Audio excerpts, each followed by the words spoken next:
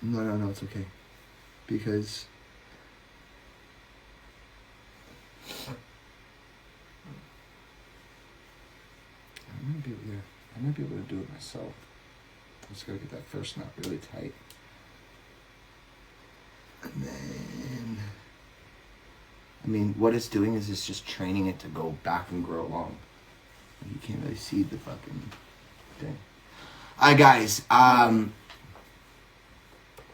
2 new records from my artist Grady. We're almost done with his EP. Actually, technically, we are done. We have 5 records, but we want 7 for the EP. My partner in Rackus Records is Lake Street Louie, Taylor Helgeson. No, I'm not cutting my hair. My hair is gorgeous. So I got 2 new records. Would you guys like to hear the first 2 new records from Grady, or would you like to hear the first demo from Louie for my album called Too Much? Yes, sir. There's my man. I'm bringing the one and only multi-platinum writer, recording artist. It's Girls Umbrella, Lake Street Louie. What up? What up? What up? What up? What up? What up? What's poppin'? You know, Too Much. He approved of this artist, so He's dope. He's dope. so Yeah. and if he said, "Yo, no," I would say, "Okay, I will listen to Louie." So because that's how partners work, you know what I mean? So and a lot of y'all don't know that we released the Love EP under Rackus Records first, and then it got picked up by Sony because they didn't expect us to get 1 million plays off of Fool's Gold in 10 minutes. Yeah, it was like a subsidiary, basically. Yep. So we did a subsidiary deal with Rackus Records, and all those people talking about my record label. You got to know your jurisdiction and what you're fucking talking about. You want to let them know about that since you deal heavily in the record industry. Oh, like as in what? Like as in Rackus Records and the claim of the guy in UK, and then TMZ trying to hit me up, being like, and trying to say, "Oh, we want to interview you about your artist," but really they want to talk about fucking some fake fuckery shit. The second we made a statement that we were gonna put a new album out. I mean, Rackus Records has been an entity for, if I'm not mistaken, February 28th, 2016. So, yeah, so it's a good time now, and as soon as we drop that Rackus Records, we get some complaint from some guy in the UK saying he's Rackus Records, but it's always something like that. So at the end of the day, like, we already released we released an album that went 10 times gold already off that shit. We got almost 1 billion streams. I don't think they're gonna win on a debate with that. So I think Rackus Records is us all the way. Yeah, and to those people out there that say we don't almost have 1 billion streams, you gotta add them all up. You gotta add up all the different streams. What's up, sir?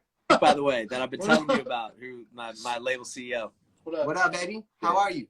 Yeah. I didn't realize you were live. Putting together his new album and shit. Yeah. But yeah, man, no. So, you know, they fuck around, but Rackus Records that's right here. That's right here. That's not going nowhere. You know? No, it's not going nowhere. You can't copyright a name, and not only that, you should have done your due diligence. If you did have a record label in the UK, then you should have filed for a record label in the United States of America. If you can't just say here, I'm guessing there is our independent artists, like real good advice, like you're putting it all upstairs? really watch for that shit. Like Aaron knows, like before I met Aaron, I've been independent for 10 years. I just took a record deal. Like, you know, Aaron knows I'm so picky. I didn't take a record deal until about 4 months ago. So I've been independent the whole time, and I've had to learn kind of like the ins and outs of how you get paid, how do you do stuff, and it's really important to do your paperwork. Like I cannot understate that enough. Aaron taught me a lot of things I didn't know, and if I hadn't learned that from him, I mean, people who know Aaron have been following him know that he's been through the ringer with this type of shit. And if you don't get on top of that and do your due diligence, like he's talking about, trademark your fucking names for anything you think of, even if you don't think you're gonna use it. You know what I mean? Get that paperwork. Like, it'll save your fucking life. You know what I mean? Aaron, I just had a conversation with Aaron about if he was registered to BMI, and I said most people, if you told them that you weren't, which he isn't, they would take your publishing and your in from you. I'm getting him registered to BMI. I'm doing everything with integrity. Yeah, everything. 100%. And then I got a lot of other people now bitching and moaning. Oh, you said you were gonna sign me to a record deal and all that shit before. Right. Well, guess what? All of you weren't good enough. I'm sorry. Yeah, I mean, that's, you know, look, I think everybody's got a little music in them. Like I support you making music, and I love new artists, and like that's, you know, being a part of, like I just, you know, took position like with you know, I told you, Aaron, I'm doing you know, label management at this label over here in Dallas, and it's like, you know, part of that's And listening to then new he's artists. the CEO with me and with Yeah, my so a record, lot right? of work.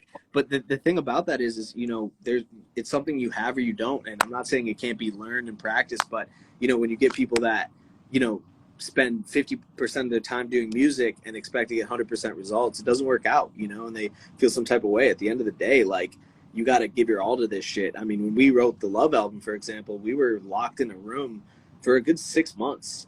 We didn't see anybody. We didn't leave that place. Like, it was literally like kind of like a prison, like that we kept ourselves in and said, we're going to get this done and executed. And that's what it takes. And a lot of people, I think they get started on that. And then once they see the momentum, it kind of breaks them down. You know what I mean? Because Somebody this is just business. asked us, they said, what happened with Winter Havens working on your album? I mean, you know more than me because, All right, so I'm you know, gonna I'm keep it real. candid with you guys because I'm very real. I just felt like the ball was being dropped, and when he released a record that was written for me and produced for me, and when he released it, it upset me. Also,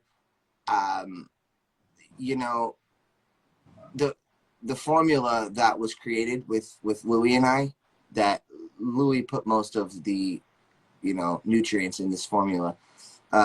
You know, and when I met Louis, we met at like a house party, and you know, we hopped in the whip, and him and I wrote "Fool's Gold" inside my car, and Winter Havens was actually there too. Yeah, I think it was. But guess what? When I asked Winter Havens to hop in the car and listen to my beats, he didn't do it. Yeah. Oh, and thank you, Sarah. Love is such an amazing feel. Thank you, because that's personal. Like, it's really personal for me and Aaron to put that shit together. Like, I mean, we bonded over that in a big way. It was a really rough time in his life and in mine. You know what I mean? So just when we hear that shit, that's exciting. You know what I mean? They said, "Oh, Taylor with the nutrients."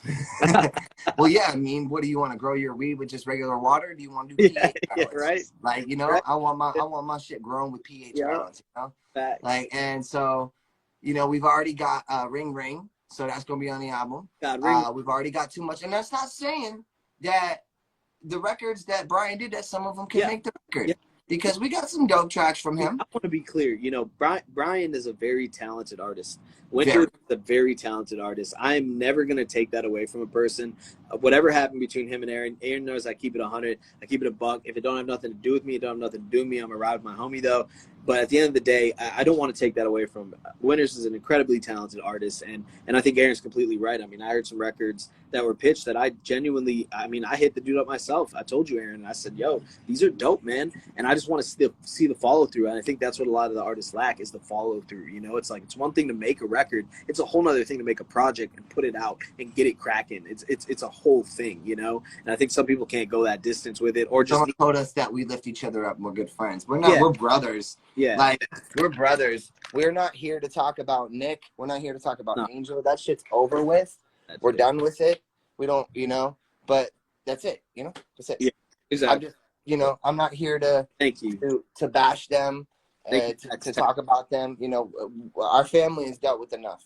Yeah. So, and unfortunately, my family on that side, Nick and Angel and all them, they look at me and they think I'm a thug and I'm a gangster and all that. Well, I am what I am. I'm not going to say what I'm not, okay? And I'm not going to say what I am.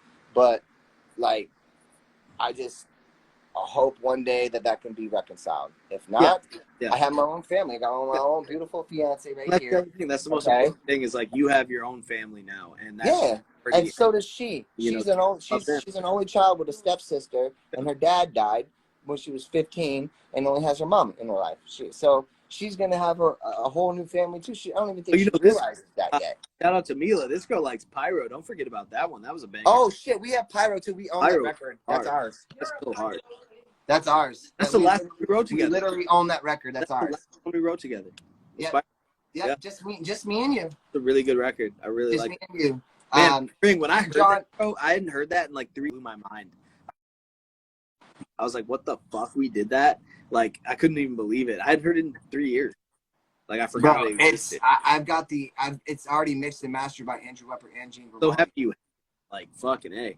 Like, I've got the done version ready to be released. You guys got to understand, we don't release music until it's mixed properly, mastered properly, done properly, and we work with the best people in the fucking industry too.